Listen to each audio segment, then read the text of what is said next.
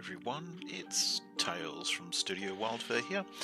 I have been tinkering with the new isometric map tiles that I've been creating, and I've been setting them up for use in Fantasy Grounds. So let's have a look at how you would use these new map tiles, since they are totally different to my normal set, which are top down. It's as if you're looking down from a bird's eye view straight down at the ground, where these ones are isometric. They're like a 45-degree view at the ground. So instead of a square, perfectly square map grid, you have a map grid that is offset, as you can see here in the background. So to set that up in Fantasy Grounds, what you do is you create your image. Now when I'm map building, I make the map canvas that I'm working on pretty much full screen. So let me just make it a little bit bigger, and I have the assets panel over here on the side. So yeah, I have the assets. I've got this pretty much set up, ready to go. So I've got my fantasy isometric assets panel open here, and I have the map open here. Now to set up the grid, so you click on the little grid icon, change the grid from the default grid type square to this diamond shape. So change it to that. Then you want to set the width to be 710. You want to unlock aspect ratio, because we do not want the aspect ratio to be symmetrical.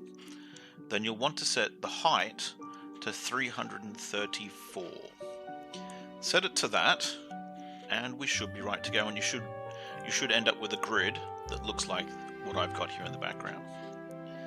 So once you've got that there, everything should, cross fingers, snap into place. So let's actually start building a map. So now, when you're building a map, you want to start top down. So you want to build each line or each row of grid squares one at a time. And the reason for that is that you need to have overlap, and you need to have things overlap correctly with your art elements. So let me just put this back to, whoops, what did I do? I think I just closed it. There we go. So what you want to do is reset zoom. Okay, so you'll also notice that the art assets for this pack are rather large. That's so that people who want to can actually print out these maps, and each grid square will be just a little bit larger than 1 inch, which means that you can go and put your models on a 25mm base on the maps when you print them out. So, and it also means you get quite good detail, and you can zoom in a lot. So let's begin with putting down the walls. So we'll start with a corner section, because I'm going to start in the corner of a room. So let's start with this piece.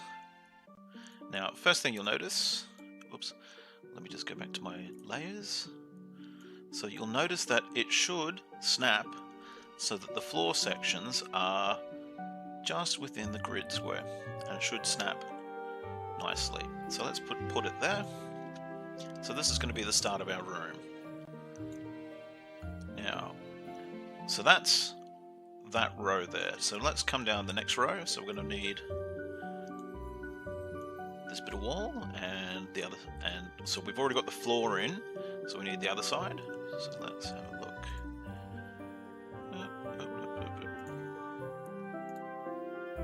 There we go. So we'll just put that bit of wall there. So you can see that it's overlapping. So if I move this one out of the way, see how there's a bit of wall edge there? We want this one overlapping that. That's why placing things down in order is pretty important. So next we want to put down these floor sections. So we go back up, stone floor, and let's go for this bit of stone floor. It's got a nice pattern on it. And this one. There we go. So that's that row. So we just zoom out a little bit, move it around, and then we'll do this line here. So we want to do a wall.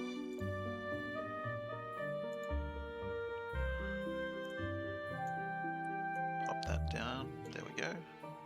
So again, it's snapping into position. And so that's our bit of walls there. Now let's say, instead of having this bit of wall here, we want to do a doorway. So let's get rid of that one. And let's go for a corner. So if I put the corner wall down now, it'll go there. But let's just say we want it to be here. So what we need to do is we need to work out this one, where, oops, move that out of the way a bit, where that one is. So we want to get rid of that. Or actually, no, I'll use it later. So I'll put it down here. Then we bring this one up, and we need to adjust its position a little bit. So we need it, yep, there we go. So we needed this piece behind this bit of brick. So you see, it's behind it, but in front of that edge of the wall. There we go. So that's our turn. Then we need, let's put this one back here. There we go. So that's where we're going to have a corridor coming off there. So that's how you get into the room. So now we should probably put in that corridor. Let's go back to stone floor. Let's say there's some patterning on the floor. So I want to use, here we go, that bit there. Then we want an end. I think that's the circular end. There we go. They look like they're rendering correctly. Yep. Now, this is where this wall section comes back in, but as you can see, it's not showing up in the right position, so we want to pull him up to the top of the layer. Yep, there. So now it's over the top of that section, which is what we want. So now we need to put in some more pieces of floor.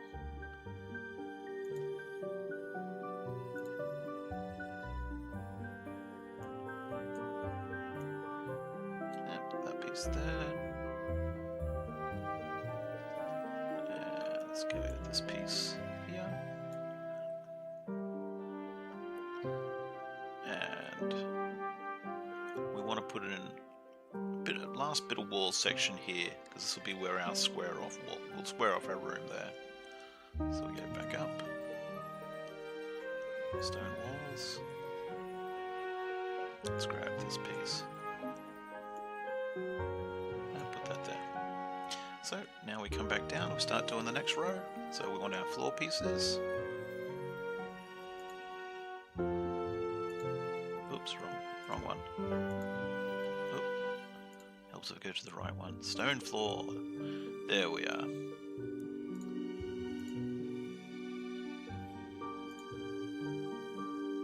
So we use this piece. Put it there. So I want to have these textured pieces go here. So just have to find, where is it? There we go. I think that's, yep. So we want that one there. And we'll want this one over here. And then we'll want just some normal pieces. Dunk. There we go. So we're going to have two sections before we have another piece here. So let's start with a wall.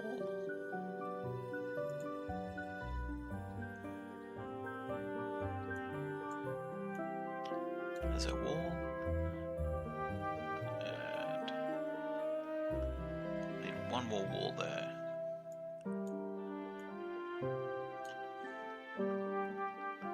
Zoom out again. And then we start putting in the floor again.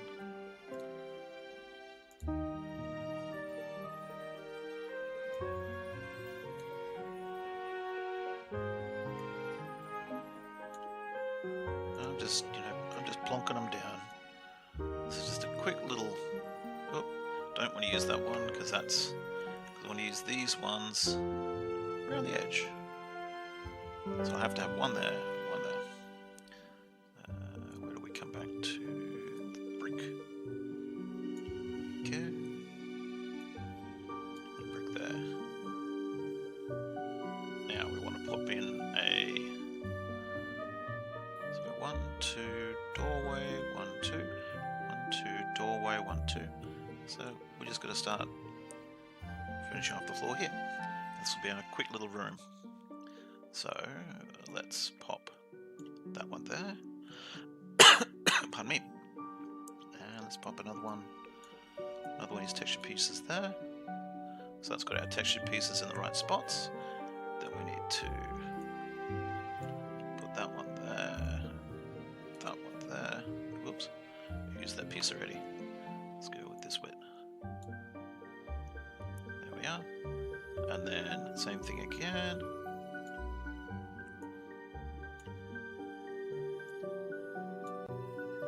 Two textured bits, which are these ones, and then a normal piece, which can be this bit. Oops. There we go. And there's a quick isometric room.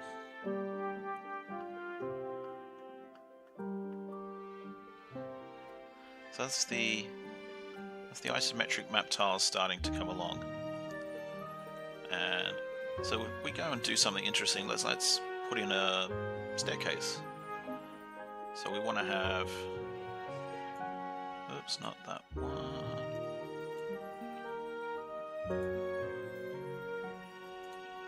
This is where finding the right piece gets to be interesting. There we go. So that's the piece we want to take out. So let's just get rid of that. So let's just assume we're putting in a staircase here. So where are my steps? There we are. So that snaps into position, but we want to have that behind these bits of wall. So it's just a case of move that out of the way, find the wall. Oops. Because I put the steps in there.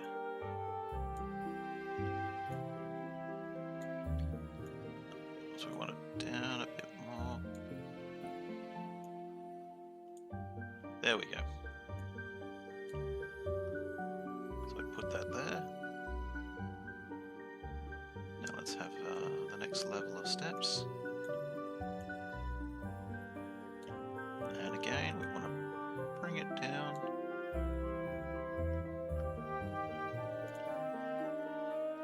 So this is where you would actually, whoops, picking these pieces.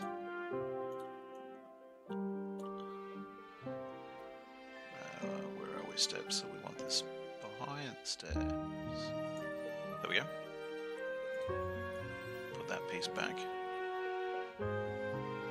So we wouldn't use, since these are covering up the steps, in Photoshop you could come along and blur that, or try and make it transparent at the top. But we won't use them simply because it's just easier to go like this.